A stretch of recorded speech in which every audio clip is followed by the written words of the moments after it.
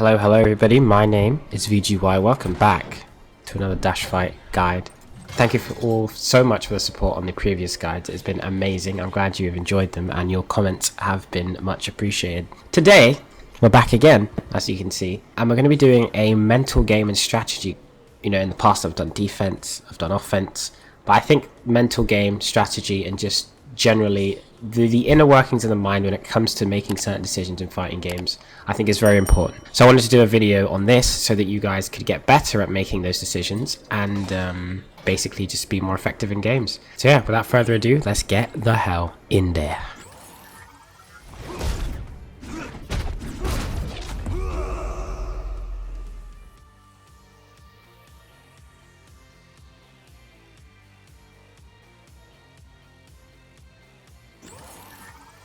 Okay, so getting straight into things. The first thing I think I'm going to talk about is meter management in this game. Now, as you probably all know, meter is self-sustaining, so it comes back by itself. You know, in past NRS games, like Injustice and MKX, you'd have to earn bar through hitting your opponent, blocking attacks, performing special moves, etc. But in this game, you just get the bar back. So if you see a teleport cancel here, you'll see my defensive bar in the bottom left going up by itself, so I don't have to manage that. But the weird thing about this game is that the bar comes back, yes, but it comes back at different speeds depending on what you do to get your bar to not be full. So for example, if I do a Scorpion teleport cancel again, you'll see the bar goes up relatively quickly. As you can see there, like I'm almost already halfway, and now I'm already full. However, if I were to break away with Scorpion, as you can see here, you'll notice that the bar takes a very long time to come back. Now this is because of, you know, to try and balance things, since breakaway is very good and is basically your combo break mechanic, and then you've got things like teleport cancel, which is, you know, essential for Scorpion. And you know, it's not just this, it's moves like Secheon's teleport, the distance one, Jackie's distance leap, Raiden's far teleport, Kung Lao's orbiting hat. Like, there are lots of moves that require defensive bar, but the reason they do is because they're very good. So the bar does come back a little bit faster, but they still do lose that resource. In terms of offensive bar, I believe it's always the same pretty much in terms of the charge rate. So if you see here, I do a clap that. You see my bar, it's going up relatively quickly. Same thing as if I do an up 2. So if I set Scorpion to do a Rising Blade, which is his up 2.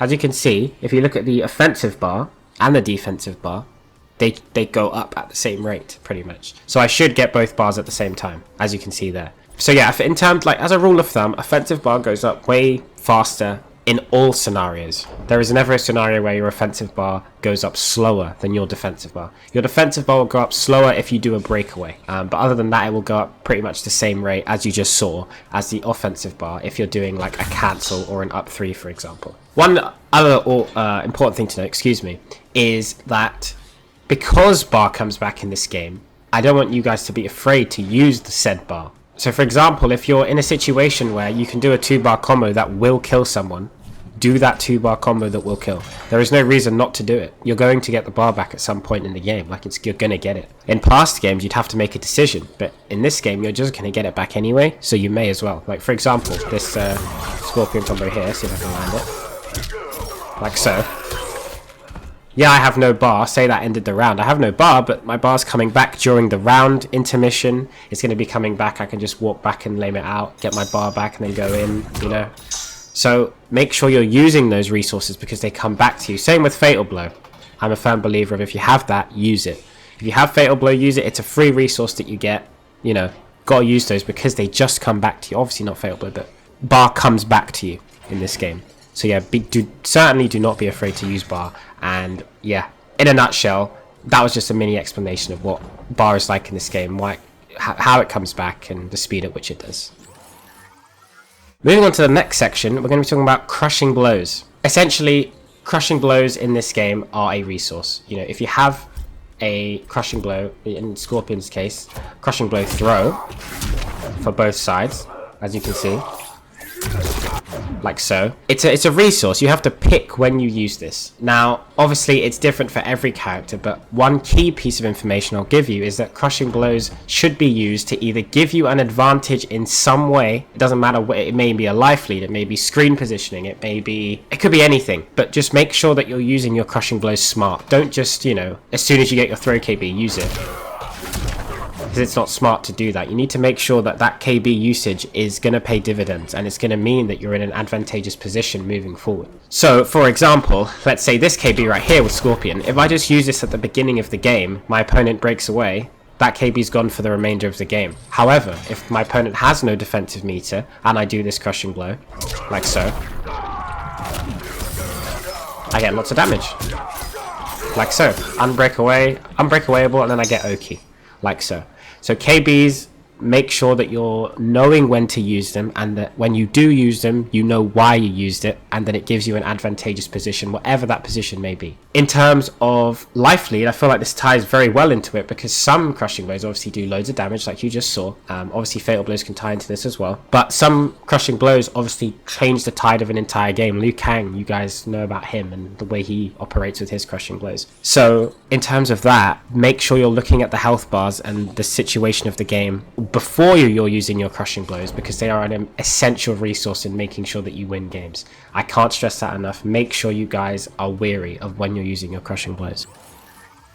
Moving swiftly on, we're going to go on to the next section of the guide, which is going to be around last ditch decision making and just general tips I can give you guys to help you better get those, you know, last hits in clutch situations and stuff like that.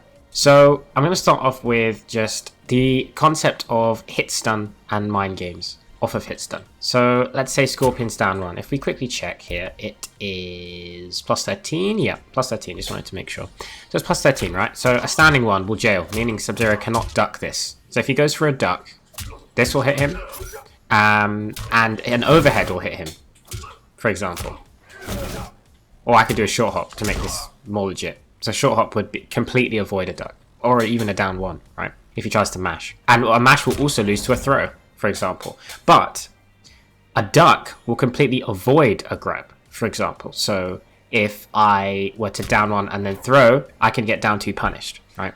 All of this you have to think about is you have to relate this to your life bar, right? So let's say someone's really low health. I'm talking like 10% range, and you go for a throw. The throw is more than enough to kill, but think if the person ducks that throw, and let's say you have 40% health left, you're in death range if they have a down 2 Crushing Blow.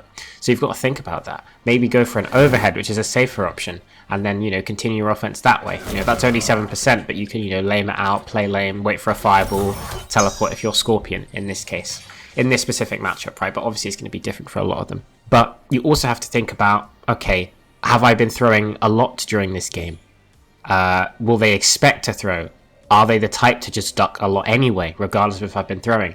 Are they the type to mash a down 2 out? Are they the type to mash just a down 1 to try and steal their turn back? Are they the type to just block, so I should go through a throw? You know, stuff like that. You've got to establish the tendencies of your opponent while you're playing them. So it's not as black and white as, you know, down 1 grab, down 1 jail. Like, it's not as black and white as that. You could do down 1, stand 1, back up to try and shimmy them or something like that. Or you could do down 1 if they're mashing into grab, or down 1 backdash if you think they're going to try and backdash your hit stun, or try and flawless block, for example, so they jump and then you'd anti-air them. It's very, very complicated. But to try and simplify it for you, try and gauge the tendencies of your opponent over the course of the match, and that will help you in making those last ditch decisions in terms of not just off of down 1, but let's say back 1, for example, going for a throw, or forward 3 going for a throw.